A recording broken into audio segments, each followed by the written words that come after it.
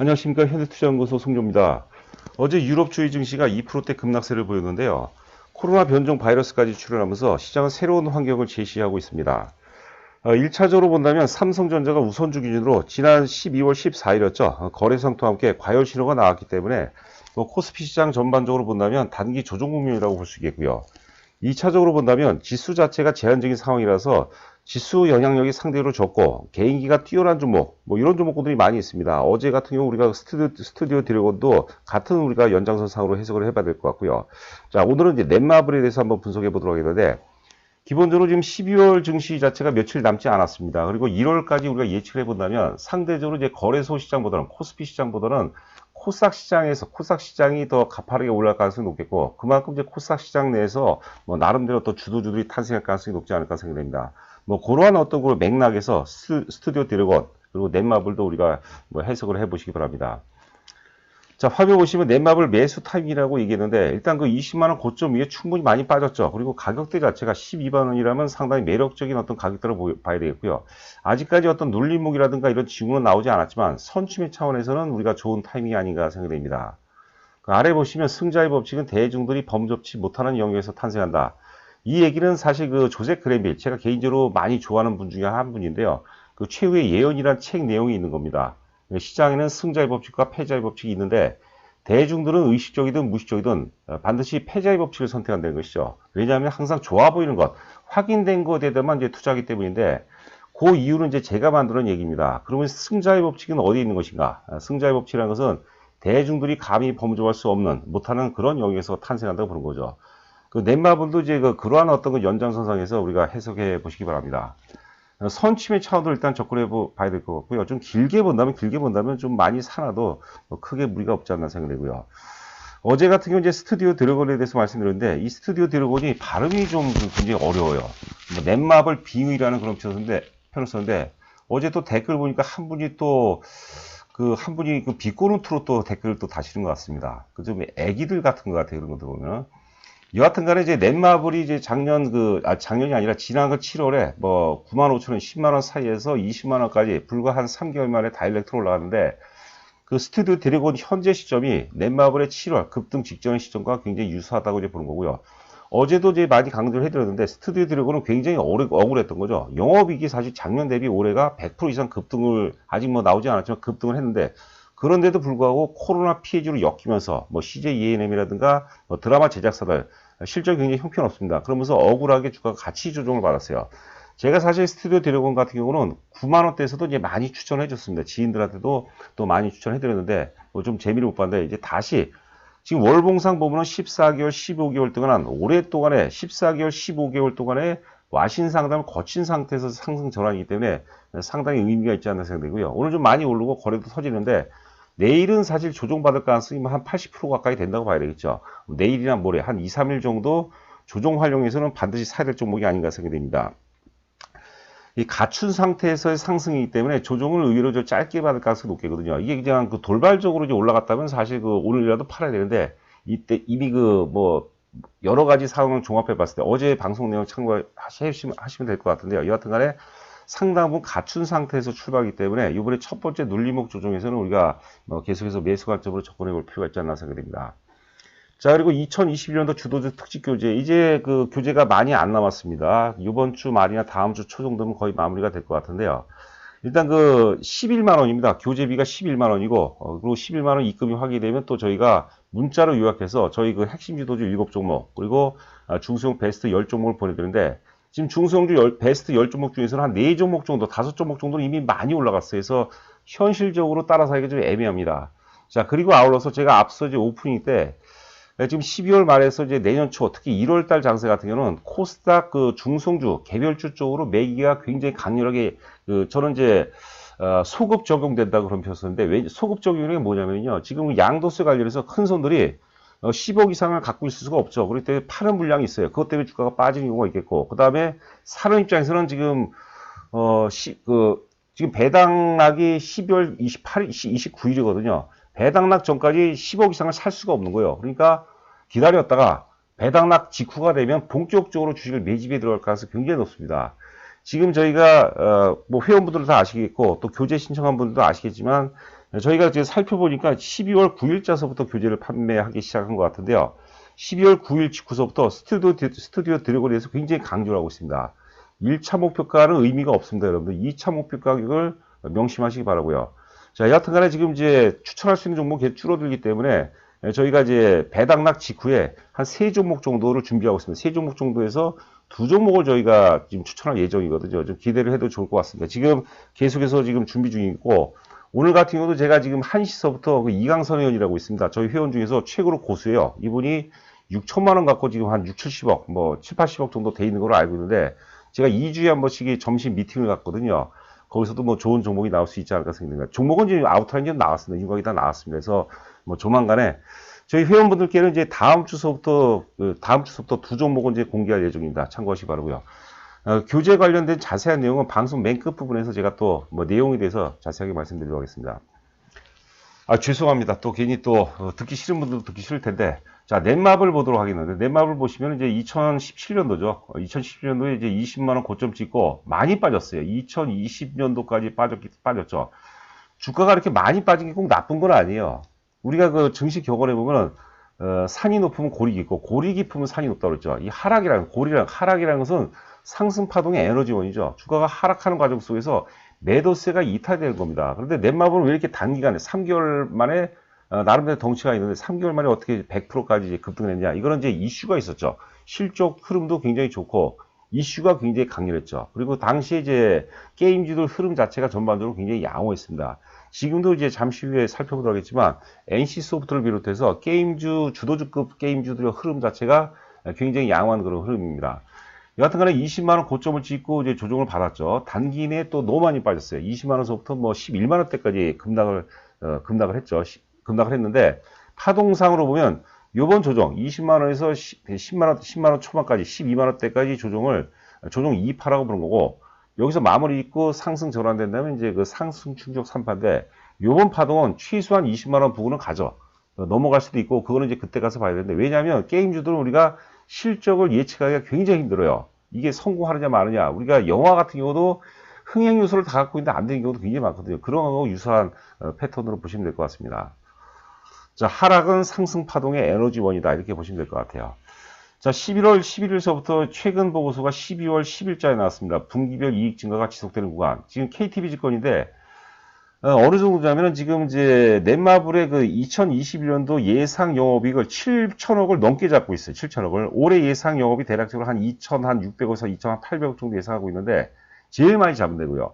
일반적으로 이제 3천억대 중반 정도로 많이 보고 있습니다. 그러니까 게임주들은 이렇게 우리가 예측하는 게 굉장히 어렵다 이렇게 보시면 될 것 같아요. 목표가가 제일 많이 나온 게 19만원. KTB증권 19만원 나오고, 그 다음에 뭐 18만원도 이제 몇 개가 있습니다. 하여튼 그 실적도 무난하게 좋고요. 뭐 내용을 한번 보도록 할까요? 제가 IBK증권의 12월 1일자 보고서가 그래도 제일 좀 그 나름대로 잘 쓴 것 같습니다. 신작 게임 흥행으로 영업가치 상승. 신작 게임 중에서 이제 세븐나이츠 2가 있습니다. 이게 흥행세를 보이고 있다는 거죠. 자체 IP란 건 뭐냐면, 외주 받은 게 아니라 자체로 이제 그 지적 재산권을 갖고 있다고 이제 보는 거죠. 자체 플랫폼을 통해서 외부에서 끌어와서 로열티를 주는 게 아니라 자체 어떤 지적 재산권을 통해서 개발하고 또 퍼블리싱하는 게 이제 공급한다고 봐야 되겠죠. 이러기 때문에 채산성이 높을 수밖에 없고요. 자, 그리고 제가 넷마블을 이제 6월달서 추천할 때 이 얘기를 굉장히 많이 했습니다. 특히 이제 2020년 이제 4분기 이후부터 신작이 출시가 많이 되기 때문에 내년도 실적은 좋을 수밖에 없다. 이런 말씀 많이 들었는데 그 내용입니다. 신작 모멘텀은 더 강화된다는 거죠. 4분기 이후에 신작 출시와 해외 진출로 외형 성장이 전망이 되고, 2021년도 매출액과 영업이익은 각각 매출액은 전년 대비해서 16.9%, 영업이익이 46%인데 제가 보기에는 가장 적정 수준인 것 같아요. 2021년도. 그러면 영업이익이 한 4천억 정도 나오거든요.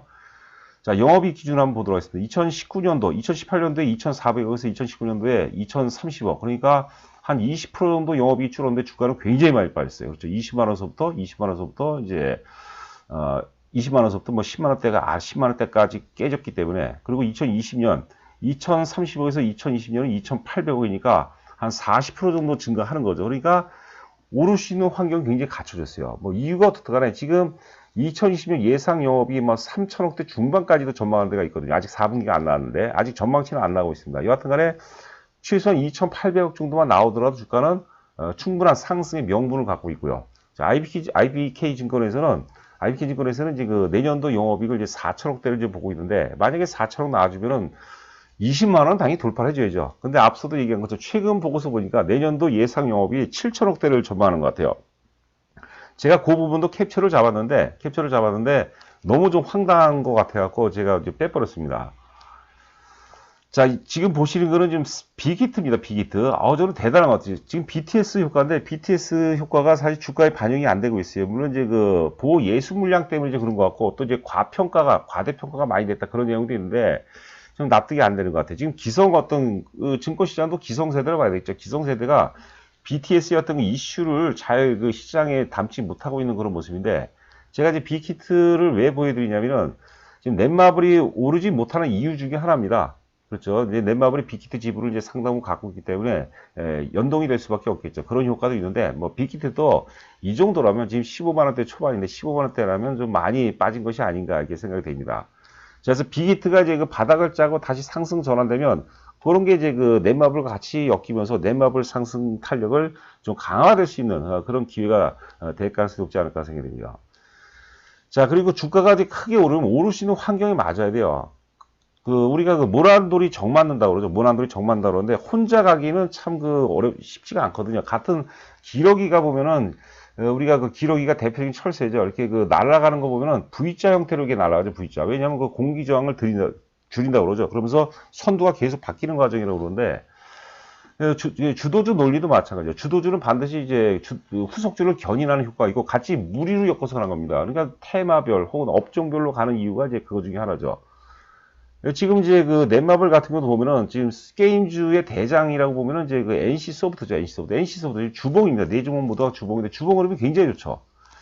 펄어비스 굉장히 좋죠. 펄어비스도 우리가 그 혼을 담은 베스트 10종목 안에 들어가는 겁니다. 이거는 제일 먼저 쳐버렸어요. 따라서 지금은 좀 애매하죠. 컴투스도 주봉인데 뭐 모양 흐름 뭐 나쁘지 않고, 게임들 같은 경우도 나쁘지 않아요. 그러니까 내 혼자 힘이 안 되더라도 동료들이 같이 굉장히 분위기가 좋고 또 흐름 자체가 굉장히 양호하다면 오를 수 있는 환경이 굉장히 잘 맞는다 이렇게 보시면 될 것 같습니다. 자, 넷마블 일봉을 한번 살펴보도록 하겠습니다. 보시게 되면 이제 7월 달이죠. 7월 22일로 제가 알고 있는데 7월 22일 날 최저점이 12만 2천 원이거든요.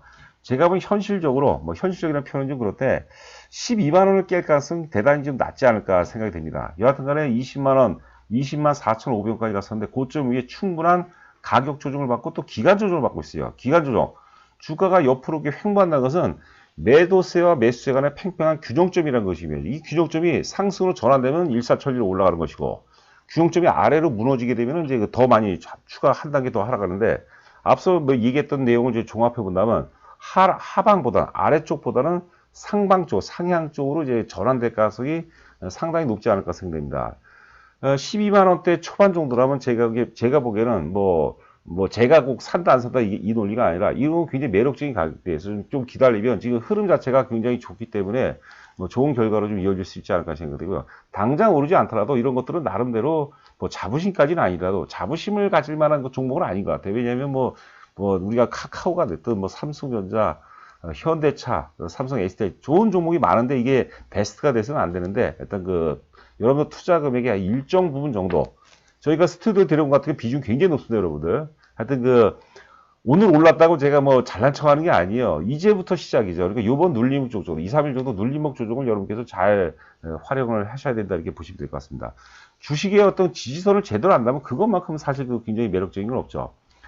자, 여기까지고요. 그 다음에 교재 관련해서 말씀드리도록 했고, 그 다음에 또 직접 그냥 회원 가입하신 분들이 또 의외로 많으신 것 같아요. 제일 많이 물어보는 게, 그럼 회원 가입하면은 어떻게 관리가 되냐? 그런 내용도 물어보시는데 제가 간략하게 말씀드리도록 하겠습니다. 여하튼 교재는 총 30페이지로 구성이 되어 있고요.